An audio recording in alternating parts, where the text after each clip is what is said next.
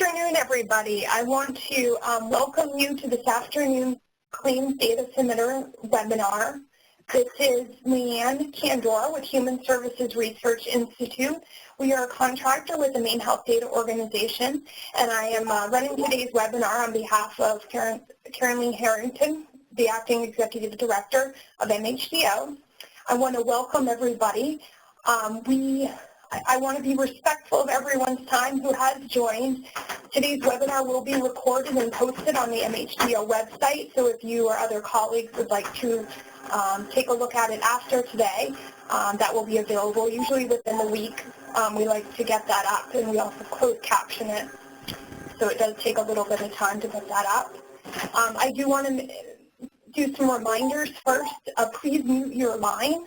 Also, if you do have to take another call, please do not put your phone on hold. That will play wonderful hold music for the rest of us.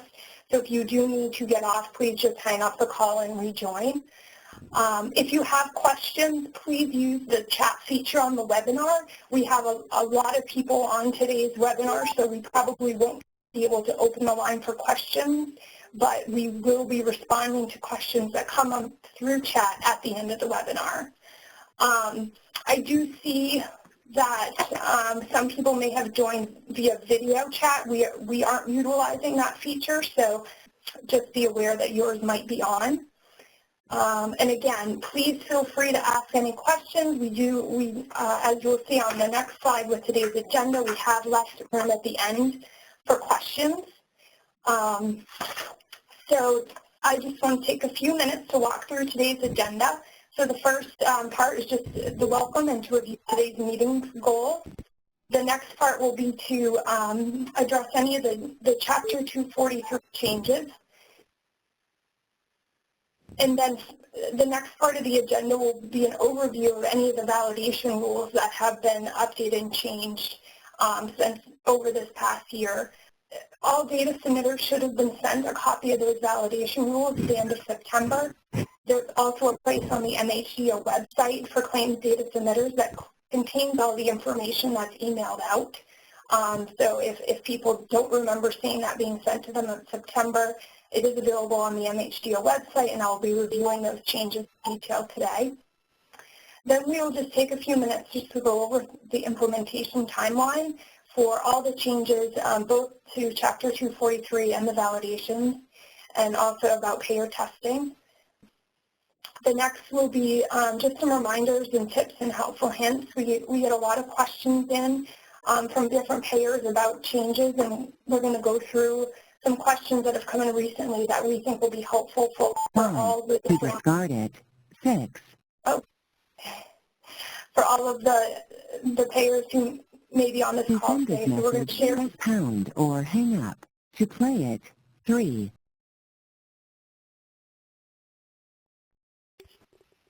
Goodbye. All right. So hopefully that portion of the call is over.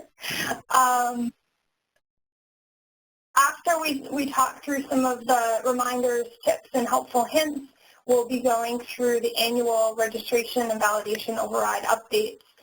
For those of you who have been with data submitters to MHDO for the last couple of years, you remember going through this process last year, and so we're just going to kind of go over it again, review expectations, and then finally we'll have a Q&A at the end. And I do want to say, just before I jump into the webinar a little more, that Karen Lee was planning on joining today, and she apologizes that she was not able to join, but she is absolutely available if people have any follow-up questions.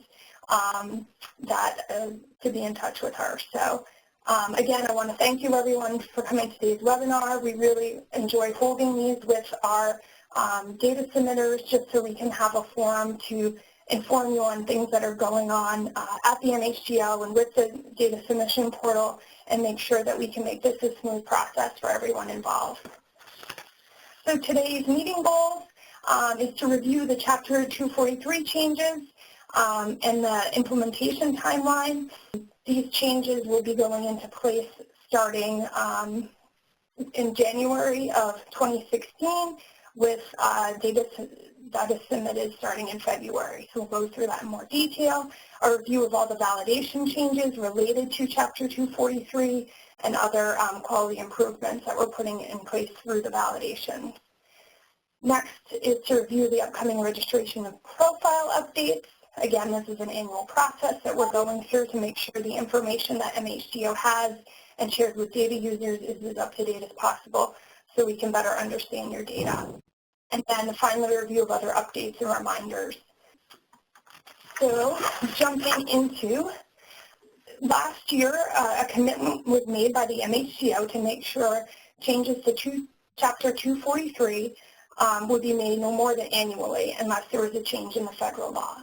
Over the last 4 months, MHDO has worked with data users, payers, and the MHDO board to develop, finalize, and adopt a set of changes that go into effect with a submission of January 2016 data.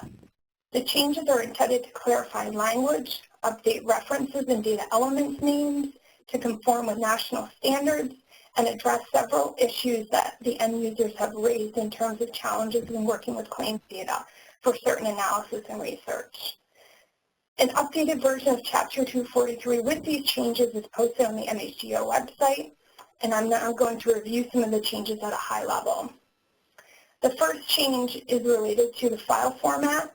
We removed the requirement to enclose all non-numeric values in double quotes. Next, in order to reduce the number of duplicate claims coming into the data warehouse, the rule now instructs carriers or healthcare claims processors and their contracted entities to use their best efforts to ensure that duplicate claims are not submitted to the MHDO. This means that carriers who have entities who submit on their behalf should work with that entity to ensure that each claim is submitted to the MHDO only once. Next, in an effort to help MHDO and the data end users link members and subscribers across files and time, the rule now instructs carriers or healthcare claims processors and their contracted entities to ensure that member and subscriber identifiers for the same individuals are unique and consistent across medical claims, pharmacy claims, and member eligibility claims. This will greatly improve the utility of these data. And this is something that we've worked with really over the past year with both our some of our data submitters and our data users to better understand what we can put in place to make these data of more utility. And finally, the requirements to set unavailable fields to null have been removed. Now, in order to be consistent with language used in national standards, all data elements that refer to service provider are now rendering provider. So you'll see these changes throughout the submission requirements. New fields have been added to collect identifiers, such as name and MPI, location and specialty information for service facility, attending provider, operating provider, referring provider, and billing provider when available. All of this information is really valuable to our data users, and when it is being collected, we would now ask that it be submitted to the MHDO. Finally, definitions, descriptions, and references to source documentation have been updated throughout. We really try every year to make sure that this, that Chapter 243 is as reflective of current standards and that references are all accurate. And so this has been done once again. So these are part of the changes that are going into effect in January of 2016. So next we want to go over some of the validation changes. So now that we've reviewed all the changes to Chapter 243, we will discuss the validation changes. All file types had validation changes. A majority of the rule changes are related to the updates made to Chapter 243 to make sure our validations are in line with the new requirements. This also meant dropping some validations for rules, some validation rules for data elements that were retired. In addition, as part of our quality improvement process, we've updated some rule logic, some validation thresholds, where in some instances we've dropped the threshold from 100% down to 99.5, and then also some rule types, for example, changing a rule from a profile level to an exemption level validation. Finally, we have added 2 new data validations that will evaluate claim volume and population of a bill type for the medical claims file. The following few slides will explain these new validations in more detail. The new historical data validations are being implemented so we can ensure data intake, that data submissions are in line with our expectations from a given payer based on their historical submissions. These 2 new validations will go in effect at the same time as the other validation updates that I've just been discussing. The historical volume validation is a new structural rule that will apply across file types. It will be added to check that new submissions contain the expected volume of records based on a historical average. We will be validating for the historical average based on the total number of records submitted being within an expected volume to fall within plus or minus 15% of the rolling historical average number of records submitted over the prior 12 months. This validation is only performed when historical volume is consistently greater than 100 records. So this validation is structural, and users can request an override by providing an explanation for the variance and obtaining MHDO approval. So once we put these validations in place, if you do end up failing on this structural validation, you would have to provide a reason why your volume may have gone up or down from our expected average.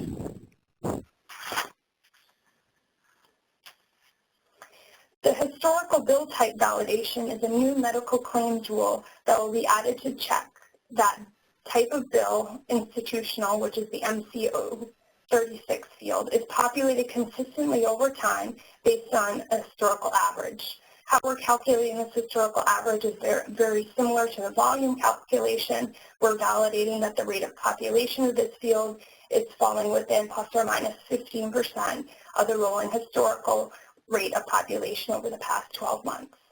Again, this validation is only performed when historical volume is consistently greater than 100 records. Users can request an override, just the same as the volume validation if they fail on this exemption level validation, providing an explanation of why the expected rate of population is out of the range.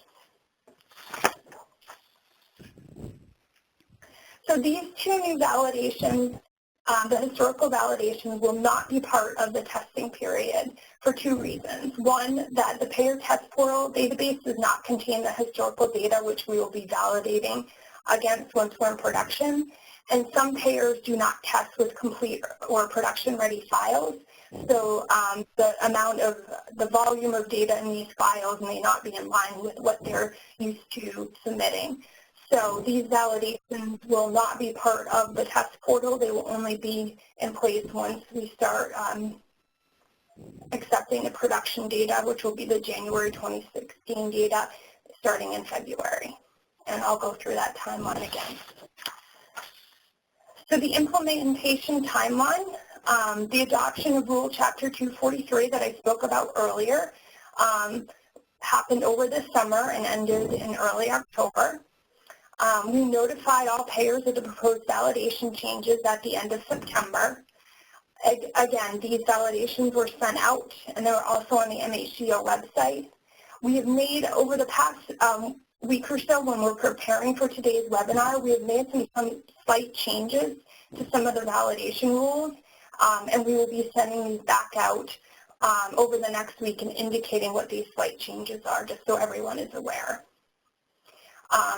And the next item is hold the webinar, which is today. So this is where we are in today's timeline. The next is that the test portal will be open for payer testing of the new Chapter 243 format and validation changes. There will be a sample file layout available in the portal. We will be emailing all submitters to the MHDO portal starting at the end of October when the testing period is open. It will include all the instructions for how to access the test portal and how to submit your data. And that period will be open till the end of November. Next is the production portal being open with the new Chapter 243 format and validations. This will happen February 3rd, 2016, and that's when the submissions in the new Chapter 243 layout need to occur. Again, if you are ready for testing once we open the test portal, that will be October 28th. We encourage that all payers participate in testing. I think we can go on to the next slide, which gives a little more detail about the testing of the changes. So again, October 28th till the end of November. Excuse me, does it matter what month we test? You can submit any period of data in the new format. It does not matter what month. Okay, thank you. And claims data submitted to the test environment will not be moved to the production data warehouse. So this is its own standalone environment where all of the new formatting and validation changes, with the exception of the 2 historical validations, can be tested.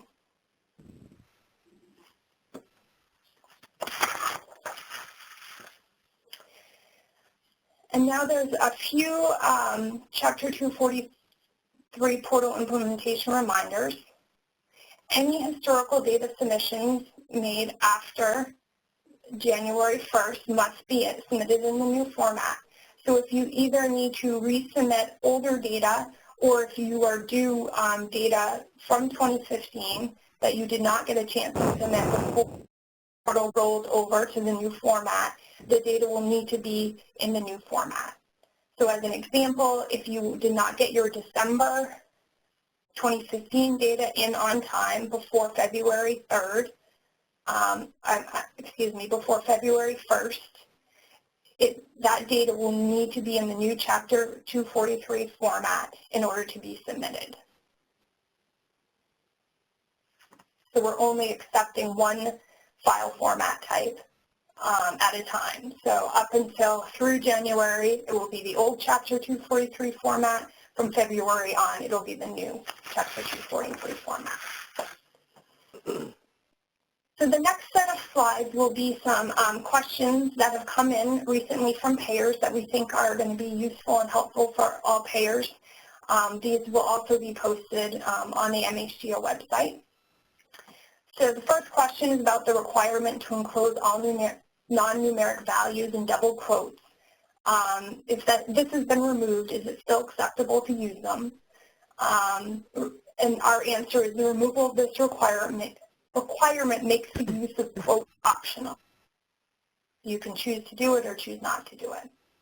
The next question, when should we start to leave blanks rather than use null? And so our answer is in February 1st, 2016. You can start to do this. But it should not cause file submissions to fail if completed prior to that date.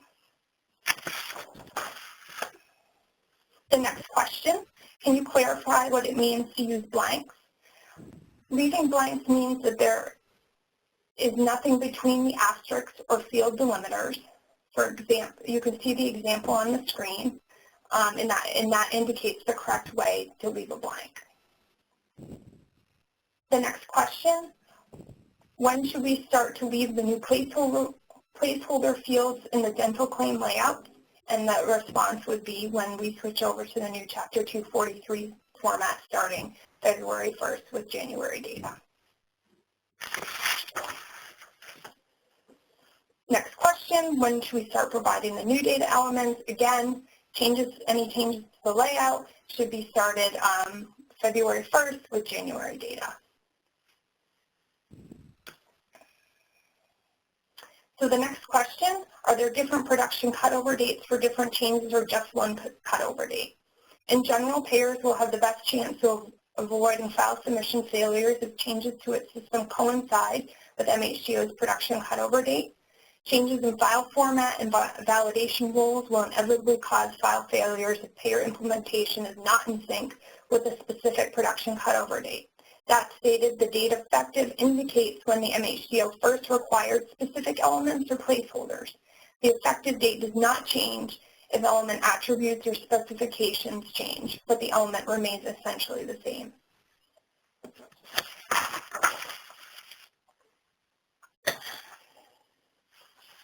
Next question. The reason for visit may exist on the 837, however, it is not downstreamed in our source system. Does MHDO want the fields duplicated? If not, should we populate the other diagnosis fields and leave the reason for visit fields blank? If a payer does not capture or is not able to report data as defined in MAP, then the conditions or limitations on the data should be documented as completely and clearly as possible in the justification required for a profile override or an exemption request. The MHDO does not want files duplicated. Please do populate the other diagnosis fields and leave reason for visit fields blank, since the logic to once again split out the ICD-10 codes into separate fields may introduce systematic errors and may not correctly or reliably reproduce the information as originally found on the incoming claim. So again, we just want people to document if you fail a validation. Please put the reason for the failure, whether your systems don't capture the information. This information is very valuable to us. We use it to better understand the data at MHDO and then also for the data users if they have questions. The reason why data aren't available is very useful.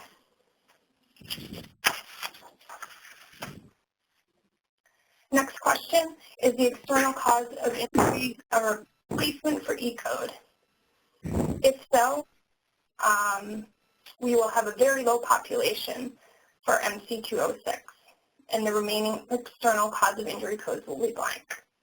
External cause of injury is the ICD-10 equivalent of E-code and the ICD-9. If a payer does not capture and is not able to report data as defined in MAP, then the conditions or limitations on the data should be documented, just as I indicated in the previous answer.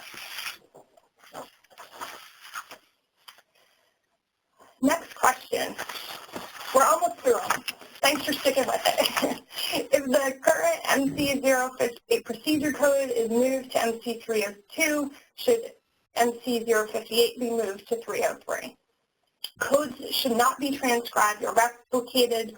Older fields are exclusively for ICD-9 codes, and recently added fields are reserved for ICD-10 codes. The ICD-9 procedure code remains in MC058, and the ICD-10 principal procedure code must appear in MC302. We understand that during this transitional period, there may be a mixture of ICD-9 and ICD-10 codes in the same file, but never on the same claim. So final question, should the procedure modifiers be populated in the location MC056? Again, if present, these are modifiers for the procedure code in MC055, not the ICD-9 procedure codes in MC058.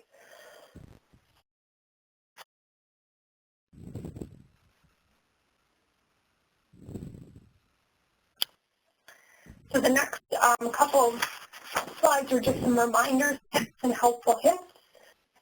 As indicated in some of the other question and answers, the ICD-9 versus the ICD-10 validations. The new ICD-10 validations will be in effect with the update to the production portal beginning November 4th, 2015. Submissions made November 1st through 3rd will be held but not validated until the new rules are in place. So if you do submit your October data on November 1st, you will not, usually we guarantee validation within 24 hours, usually much quicker, but these files will be held for validation until November 4th, and then you will get emails when your files have been validated. That just gives us some time to transition over the new ICD-10 validations, which up until this point, while there has been space in the files for the ICD-10 codes, these have been blank since the ICD-10s don't go into place October data, starting with submissions in November. And then the MC059, the date of service field, will be used to determine which set of validation rules apply on a given claim.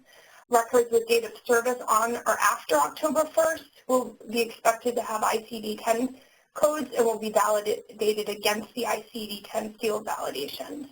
Those with the date of service before October 1st, we will assume will have ICD-9 codes and will be validated, continue to be validated against the ICD-9 validations.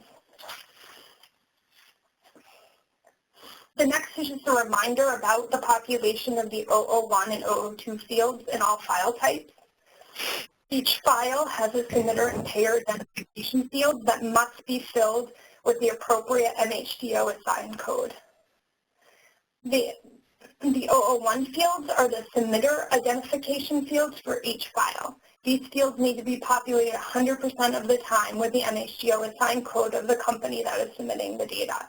This is the only way that we understand who is submitting these files, and they must always be filled in. On the 002 fields, these are the payer identification fields for each file. Again, these need to be populated 100% of the time with the MHDO assigned code of the company that owns the book of business being submitted. The validation rules for these fields are being changed from profile level to exemption level. So over the past year, we've really transitioned the use of the 002 fields to being a requirement, and now we're making the requirement a little more stringent. It used to be a profile level validation, and now it's being switched to an exemption level validation. So if you do not fill these fields in appropriately, you have to get an exemption from MHDO to be able to proceed with file submission. I just wanted to give a few reminders of the resources within the MHDO data submission portal. There is the FAQs and user manuals, which have been updated with the latest information and questions. They can be accessed in the portal. We're also providing sample files of the current layouts in the portal, and again, the sample files of the new layouts will be made available once testing begins for the Chapter 243 that goes in effect in 2016. Additional resources can be found at the help desk, which can be accessed online through a contact form, through email, or by phone. And then if there are compliance issues, as many of you know, Philip Bano is our compliance officer at MHDO, and he is available through email or by phone. The final few slides are about our annual registration and validation update process. We will be providing more information as we get closer to the new year, but we just wanted to do a reminder since we had today's webinar. The registration information in the portal about each submitting company to the MHDO needs to be updated annually. We went through this process last year at the same time. So during the month of February, you will need to complete your updates in the portal. There's a number of questions and contact information. We want to make sure that is the most up-to-date. And MHDO is also considering requesting some additional information, but we will communicate any changes to this registration information in advance. So you'll be expecting to hear more from us about the annual registration updates.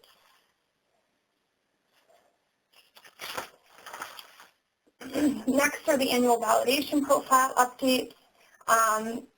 Many of you who were here last year remember that for January 2016 data, all the validation resets, all the validations profiles that you've had in place for the past year will be reset, so your data can be evaluated anew. This is part of our data quality improvement process. We want to make sure that any validation rules that you're currently overriding still need to be in place. And so we go through this process starting in February with January data. So for example, if you are currently overriding a profile validation rule that will be placed, again, on your data, and you will have to go through and examine all of your data issues and provide new reasons or update the current reason of why your data aren't able to meet the validation criteria. New profile and exemption overrides will have to be requested as needed. And what we found when we went through this process last year, that there was a number of the validation rules that certain companies weren't able to meet, that their data quality had improved, and now they were no longer needed the overrides. And so there's a number of the overrides that went away for a given data submitter. So I've gotten to the end of my slide deck. I want to check in with my colleagues to see if there's been some questions that have come in through chat along the way, but I know some of you may start to drop off the call at this time, so I do want to say thank you. As always, feel free to contact the Data Submission Portal Help Desk if there's particular questions that you have related to the portal or your data submission, or MHDO if you have compliance-related issues. And as I mentioned before, Karen Lee is always welcoming questions, comments, and feedback, so also feel free to get in touch with her. Can I ask a question, please? Sure. Will you make the presentation available? So today's presentation has been recorded. We will make it available within probably a week on the MHDO Claims Data Submitter page. Thank you. And it usually does take about a week because we close caption the video, so we'll have time to put that up there. You can find the Claims Data Submitter group. If you go to the MHDO homepage, there is a place down on the left under Data Submitters. If you go to the Claims Data Submitter page, it has information about all the emails that have been sent out, links to the different documents that have been distributed, and it's pretty frequently updated. So please make sure to check that, but we also try to communicate through email when updates are being made. Okay, was there any questions that came in through comments? No, just about whether the deck would be posted to the website. Right. And also we'll post the updated validation rules, as I mentioned before, just a few very small updates that will indicate when those are put in place. But we're really excited to have the payer test period be opening again shortly, and to give opportunities to work with payers to make sure that this process can be as seamless as possible as we transition to the new format. Any other questions?